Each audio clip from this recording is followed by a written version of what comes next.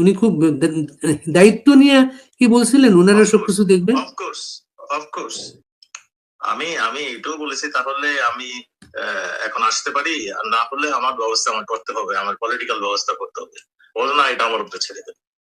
দেখুন, একজন জেনারেল যদি একটা হুঙ্কার দিত যে উনি পদত্যাগ করছেন, সবকিছু মেনে নিয়েছেন, এখন তোমরা যার যার ঘরে যাও, না হলে আমরা অ্যাকশনে দেবো, এইটা যদি বলতেন এবং বলতেন যে আমরা মানে পুলিশের মানে পুলিশ এবং আমরা মিলে যৌথ ভাবে মিলে এটার অ্যাকশনে যাও, তোমরা ঘরে ফিরে যাও, একটা যদি হুঙ্কার দিত। আমরা তো আগেও দেখছি, জিয়া রহমান সাহেবকে দেখছি, এরশাদ সাহেবকে দেখছি, তারা হুঙ্কার দিয়েছে আর সব ব্যবস্থা হয়ে গেছে, কেউ বের হয়নি।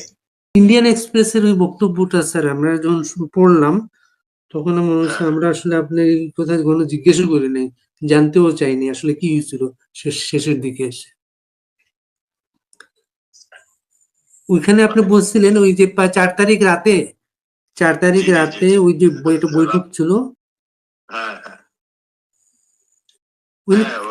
ওইটা হয়েছিল, তার বিস্তারিত ভাবে বলেছি। এবং উনি খুব কনফিডেন্ট নিয়ে কি বলছিলেন যে উনারা সবকিছু দেখবেন।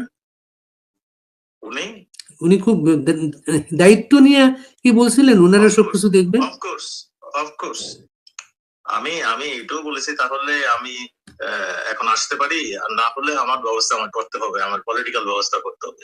বলো না, এটা আমার উপরে ছেড়ে দেবে। মানে এটার পরে আপনার আইজিপি কে বললেন ওনার অধীনে সবকিছু করার জন্য। হ্যাঁ, ওনারা বললেন যে আপনারা বসেন, তাহলে কালকে কি করবেন সেই অনুযায়ী ডিসিশন করেন। এরপর ওনারা বসলেন না চলে গেছিলেন? আমি চলে আসছিলাম, যেহেতু উনি দায়িত্ব নিয়েছেন। আমার বাসাও আবার মানে কোন কয়েকজন সেক্রেটারি সাহেব অপেক্ষা করতেছিলেন, আমি সেই জন্যই চলে গেছিলাম। এমনি কি মনে হয় পরিস্থিতির কারণে আসলে ওনারা চাইলেও কিছু করতে পারেন নাই? দেখুন, একজন জেনারেল যদি একটা হুঙ্কার দিত যে উনি পদত্যাগ করছেন, সবকিছু মেনে নিয়েছেন, এখন তোমরা যার যার ঘরে যাও, না হলে আমরা অ্যাকশনে দেবো, এইটা যদি বলতেন এবং বলতেন যে আমরা মানে পুলিশের মানে পুলিশ এবং আমরা মিলে যৌথ ভাবে মিলে এটার অ্যাকশনে যাও, তোমরা ঘরে ফিরে যাও, একটা যদি হুঙ্কার দিত। আমরা তো আগেও দেখছি, জিয়া রহমান সাহেবকে দেখছি, এরশাদ সাহেবকে দেখছি, তারা হুঙ্কার দিয়েছে আর সব ব্যবস্থা হয়ে গেছে, কেউ বের হয়নি। জিয়া রহমান তো আপনার মনে আছে কয় বছর কারফিউ দিয়ে রেখেছিল রাত্রে? অনেক বছর। হ্যাঁ, কারফিউ দিয়ে রাখতে হলো। হ্যাঁ, কাজেই উপায় ছিল। আমি জেনারেল যদি ডাটের থাকতো, তাহলে এটা অবশ্যই ট্যাকল দিতে পারতো। এটা হলো আমার বক্তব্য। আমরা পুলিশের উপরে যদি উনি ছেড়ে দিতেন আর আমাদের জনগণের উপরে ছেড়ে দিতেন, তাহলে ট্যাকল হয়ে যেত। আমাকে একজন পুলিশ অফিসার বলছেন যে এরকম পুলিশ হেডকোয়ার্টারের যে স্ক্রিনে আর কি সারা ঢাকা শহরের বিভিন্ন অ্যাঙ্গেলের ক্যামেরা গুলো আছে, ওই ক্যামেরায় তারা দেখতেছিলেন বিভিন্ন জায়গা থেকে পথ ছেড়ে দেওয়া হচ্ছে এবং ওদেরকে ভেতর ঢুকতে দেওয়া হচ্ছে। শুধু ঢুকতে দেওয়া হয়েছে না, উত্তরায় তারা ফুলও ছিটিয়েছে। এবং আসলে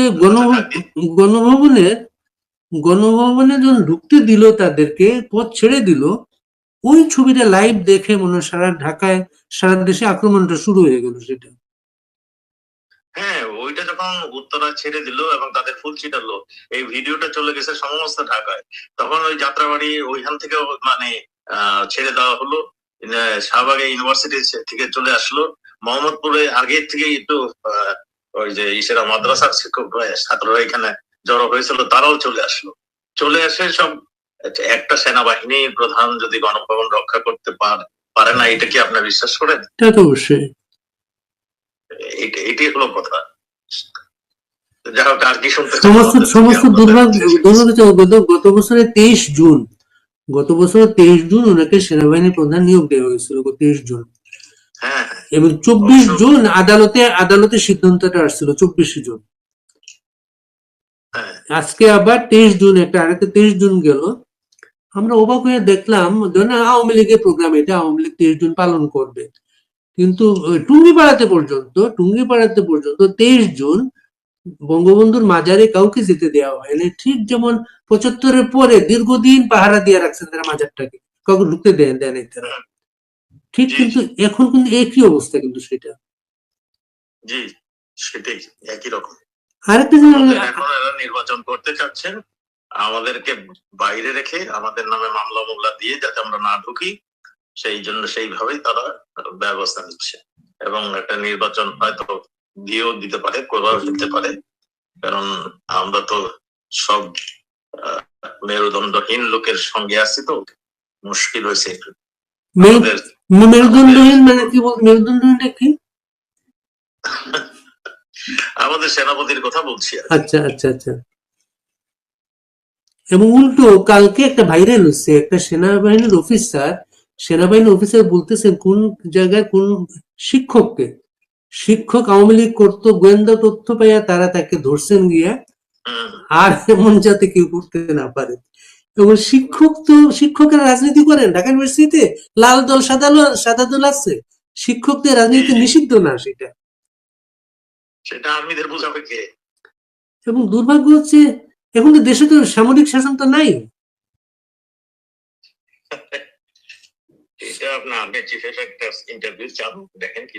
আর একটা ব্যাপার হচ্ছে, এখন কি আপনাদের মনে হয় যে আপনাদের জন্য রাজনৈতিক কর্মী, আপনারা রাজনৈতিক দল, আপনার আমাদের আমি দিওয়ালে আমি একটা ইন্টারভিউ দিয়েছি যে আমাদের দেওয়ালের দিক থেকে গিয়েছে, কাজেই আমরা এখন নিজেকে বাঁচতে হলে আমাদের যেটা করতে হবে, যেটা বঙ্গবন্ধু ডাক দিয়েছিলেন, যা কিছু আছে নিয়ে ঝাঁপায় পড়ো, আমরা তাই ছাড়া আর আমাদের কোনো উপায় নেই। আমরা হয়তো সেই দিকেই আস্তে আস্তে যাব।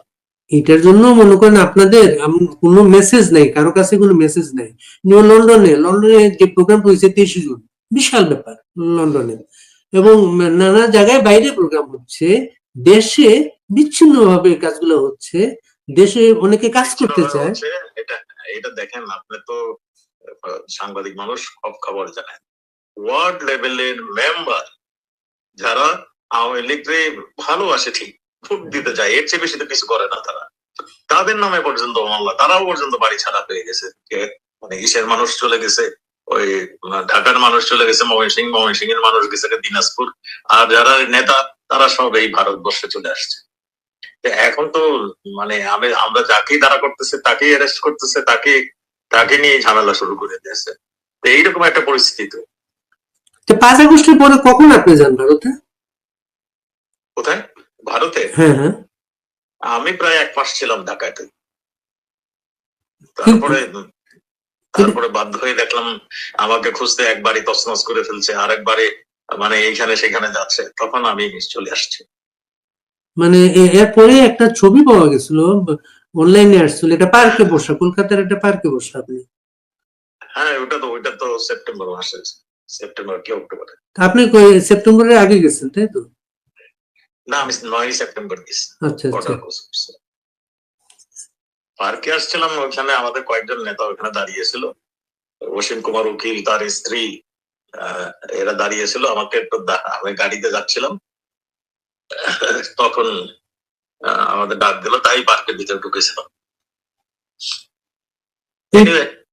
আর মনে করেন আপনারা আসলে এই যে মনে করেন আপনাদের ছাড়া ইলেকশন করার চেষ্টা চলতেছে, শেখ হাসিনার বিরুদ্ধে মামলায় তারা উকিল নিয়োগ দিচ্ছে, তারা একজন দিয়েছে, আমাদের ফাঁসি ঘোষণা করে দিবে, তাহলে তো আমরা অনুপযুক্ত হয়ে যাবো অফিসের জন্য।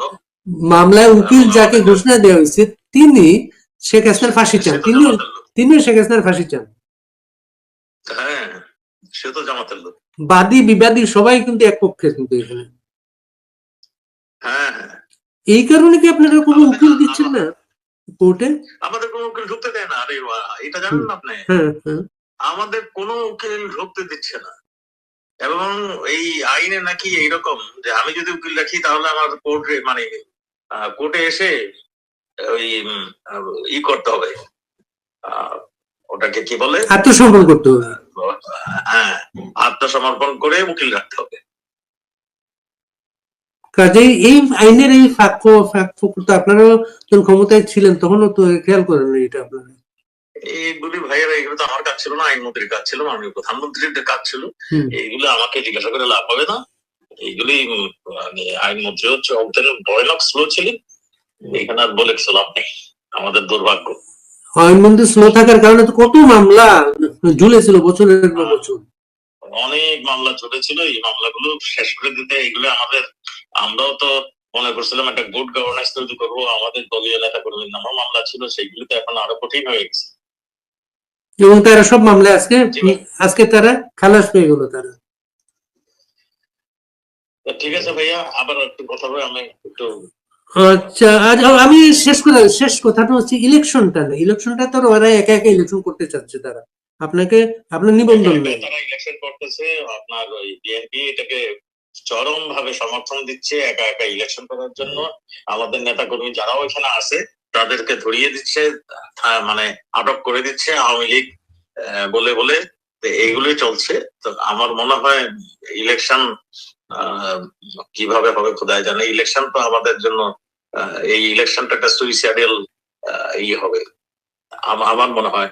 কারণ আমাদের নেতা কর্মীদের যেতে দেবে না ইলেকশনে, ওখানে যেমনি সিল মেরে ইলেকশন জিতিয়ে নিয়ে যাবে, তাহলে কি হলো, দশাটা কি হবে?